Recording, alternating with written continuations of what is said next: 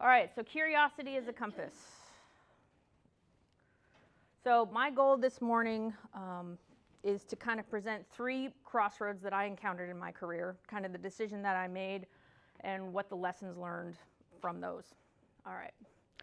So crossroads number 1, the essay.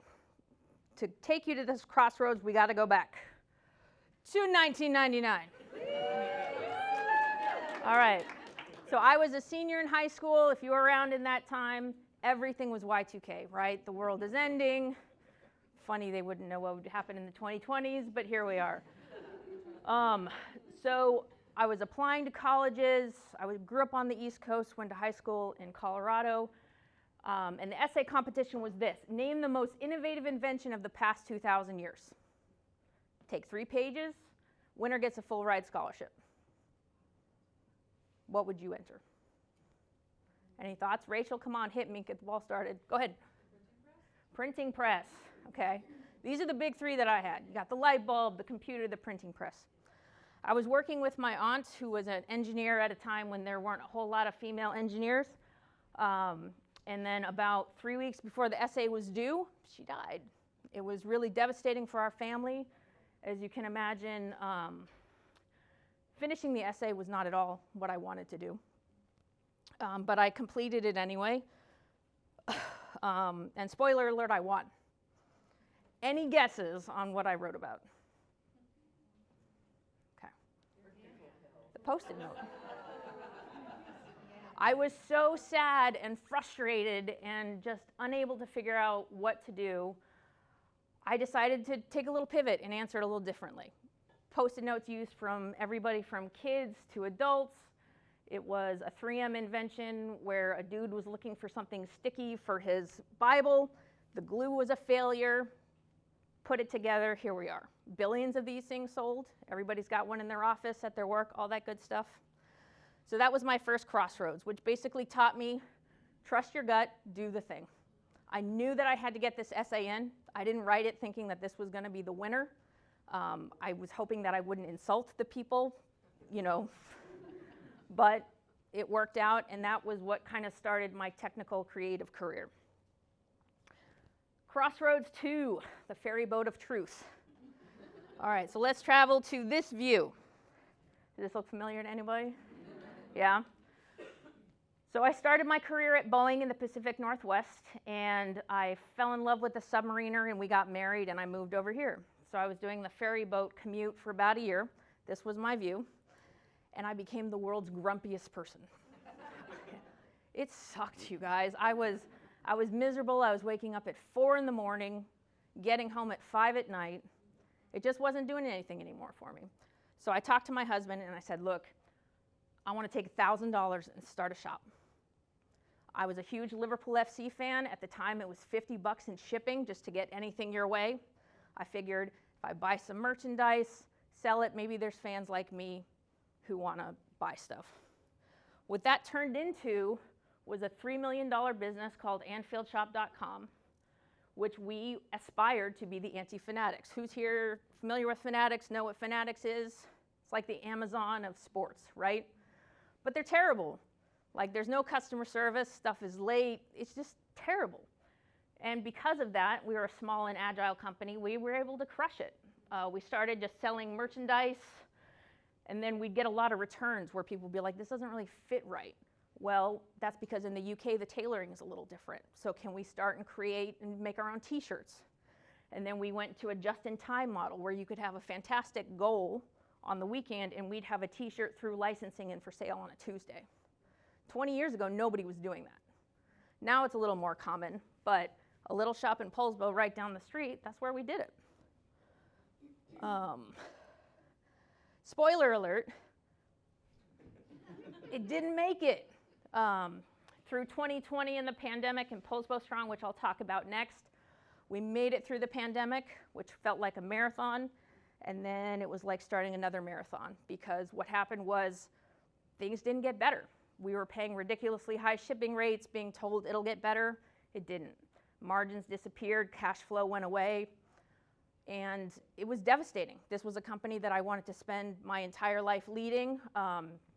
In addition to being kind of the anti-fanatics, it was kind of a middle finger to fanatics because our employees were getting health insurance, they were getting a fair wage, especially in the Kitsap Peninsula. It was everything that I thought a company should be, and it didn't make it. And so what I did then is took a year off, which I'm at a year. It's been a year of just sort of quiet and stillness. So the experience was fantastic. The little life update, not so much. But I'm in a good place with it. And so the lesson from this crossroads was whether or not it works out, you're going to gain success or wisdom, but in the end, both move you forward. And that's a heavy lesson to learn, and it took me about a year of perspective to kind of get to that point. But I think more than any lesson that I've learned in my crossroads that I've encountered in life and career, that's the most important. Crossroads number 3, Poulsbo strong, making lemonade in a storm. All right, so I'm a little disappointed that y'all aren't on the soccer train. Okay, I've been a Sounders season ticket holder for 2 decades now. So if anybody wants to go to the Sounders, please come see me and I will give you my tickets to find out what all the hype is about. Okay, it's a good thing. So who's familiar with Liverpool FC? Oh, awesome, awesome. Okay, so taking you back to 2020, for the first time in 30 years, Liverpool is crushing it. They're crushing it. This is like, remember when the Red Sox hadn't won for 80 years? And everybody was like, is this the time? This was Liverpool's time. All right, so we had a printer printing apparel the size of a Volkswagen Beetle. I spent $30,000 on ink. Like, I am 3 weeks away from printing championship merch. You guys remember watching the Super Bowl and at the end they're like, get your Dallas Cowboys stuff. Like, we got to print that. For somebody who deals in merch, that is like the holy grail. And then unfortunately what ends up happening, it shuts down. The league literally shuts down because of the pandemic. We saw revenues drop $90,000 overnight. I had to do something which I had never done before and lay people off. You know, I've said many times that the greatest feeling that you can ever have is giving somebody a job. I got to tell you, the worst is having to take that away because we didn't know when it was going to come back.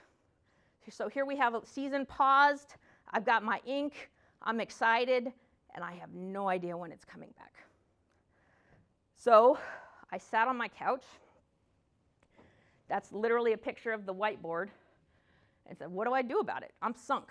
This business is sunk. All of our business model is about bringing people together. We've got sports. We've got community stuff. They're telling us not to bring people together. So I said, let's just start a t-shirt campaign. We'll go to Poulsbo, Kitsap area businesses. I'll design whatever you want, throw your logo on whatever you want, $20, $10 comes back to you. We paid out weekly. I grabbed this graphic, 46,000. I think in the end it was about 65,000 between all the different work that we did. We had people come to the shop in tears thanking us because they were able to pay electricity bills. If you had a small business at the time, I mean, it sucked and it was uncertain and it was scary. And so this was, you could say making lemons out of lemonade, but the world was sort of on fire at the same time. So that's kind of what that experience was. So the lesson from that one was success isn't strategy or skill, it's community. Whatever your audience is, neighborhood, team, group, creative mornings, this is what makes the journey sustainable and what makes it meaningful. So those are my 3 crossroads moments. And if I have any advice to give you this morning, if you're standing at a crossroads, you don't need all the answers. You don't even need a map. But if you follow your curiosity, whatever weird obsession, the spark, your gut, whatever it is that you feel giving you some sort of guidance, it can take you somewhere incredible. Thank you. Was that too fast? Was that all right? Okay. Thank you.